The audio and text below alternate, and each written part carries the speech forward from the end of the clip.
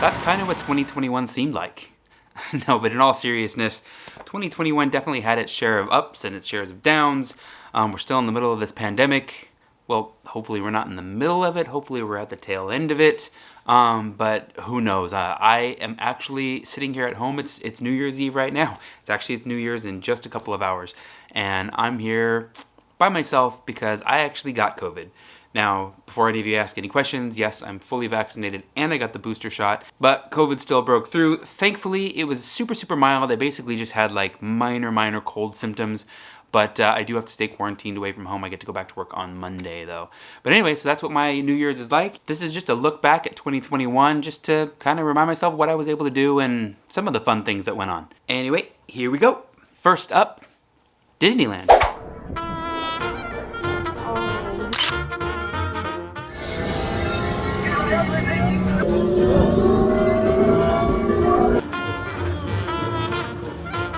Smile. Are you smiling?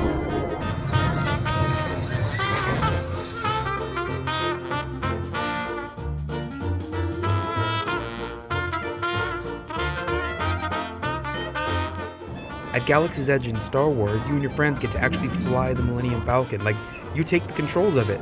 It's such a fun time.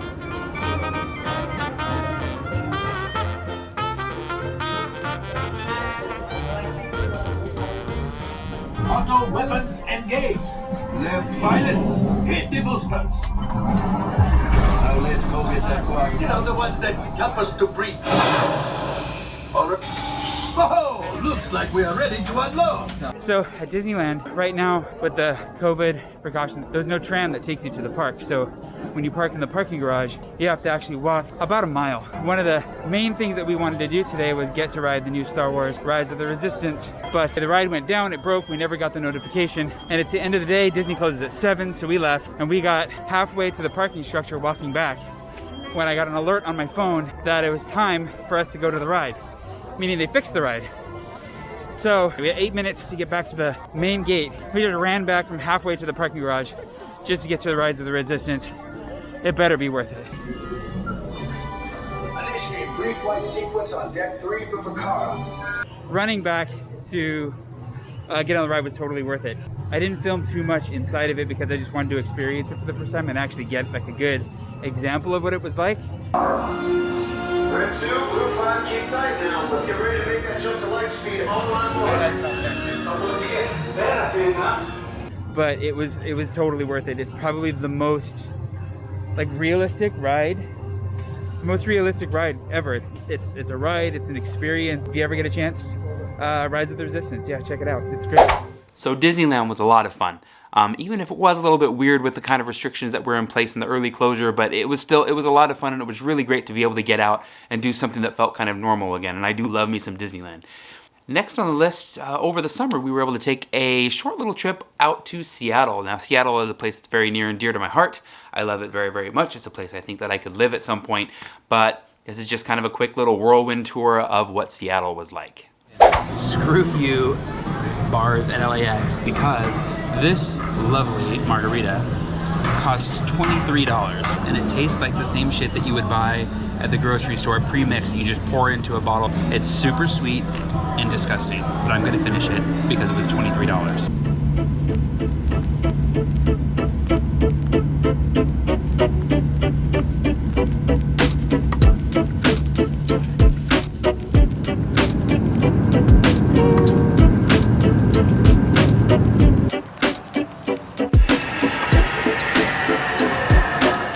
Seattle is always a blast, and this time I got to do what I've always wanted to do, which is take a ferry over to Bainbridge Island and have some fun over there.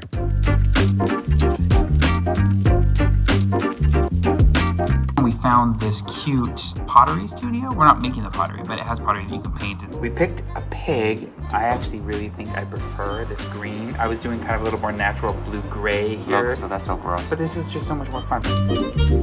We even got to get a hike in down in Lincoln Park before jumping on the plane to head back home.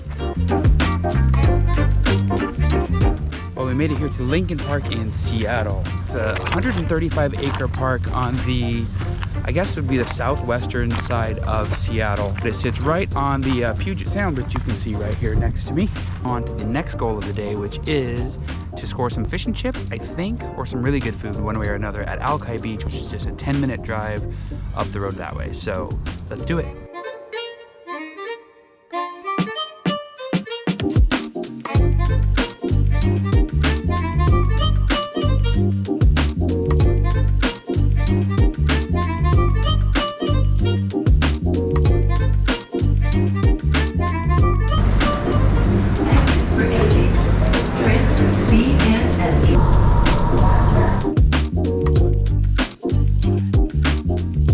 Nothing quite says you're home like this. Oh my God, hello.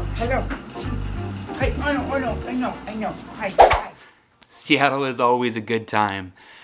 Next was my birthday. Not something I generally like celebrating too much. I like keeping it kind of private. And we kept it pretty private, pretty much just because of the state of the world, but two of my most favorite people took me out to Venice and rode bicycles from Santa Monica down to Venice and in the neighborhoods and back. It's something that I've always wanted to do ever since I've lived in LA, and I was finally able to do it, and I was glad to be able to do it with these two.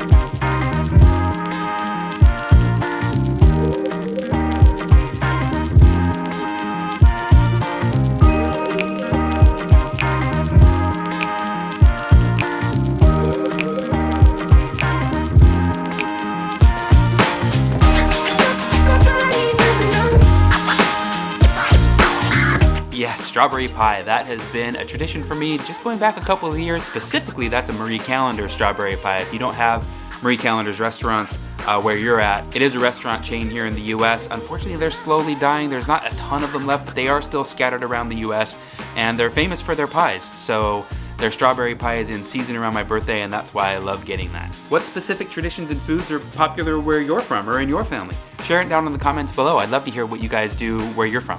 Last thing on my list was a really fun trip that I'd wanted to do for a long time, and that is we took a road trip up to the central coast of California to Monterey, and we made our way slowly back down.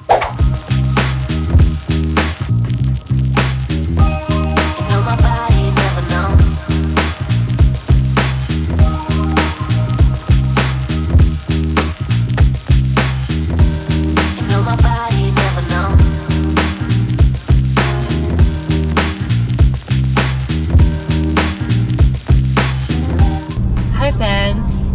Look at my yellow strawberry socks. They're so cute. Look, they're so cute. We might get a hike in Pismo. The weather is supposed to be good and cool. We're not. But we'll decide when we get there. I want to go on a little hike. We've sort of missed out on hiking, and I think hiking along the beach with a beautiful ocean in the back. Anyway, I'm already talking too much. We'll see you in Pismo. But unfortunately, we're not.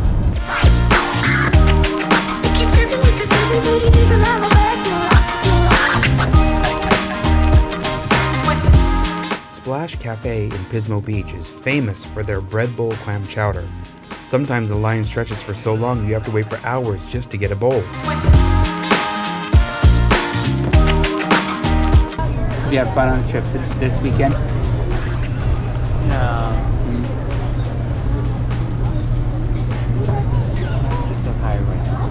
Yeah. I'm so hungry. Starving. It has been so many years, but I'm so excited to finally be back at Splash Cafe, which has been my favorite clam chowder place ever. Look at this. It is a fully loaded bread bowl with chowder, bacon, crab. Anyway, yeah, just all the good stuff in a way that is so beautiful and so delicious. It's just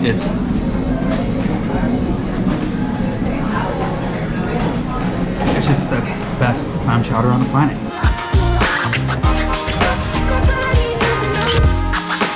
Anyway, that was my look back at 2021. Of course, not the whole year. I just grabbed a few things that I had thrown together and some of the things that I hadn't been able to share in previous videos. How did you spend the New Year's? Leave a message down in the comment below. I'd love to hear. Anyway, thanks for checking out this recap of my 2021, and I hope to see you in the new year real soon. Thanks. Bye.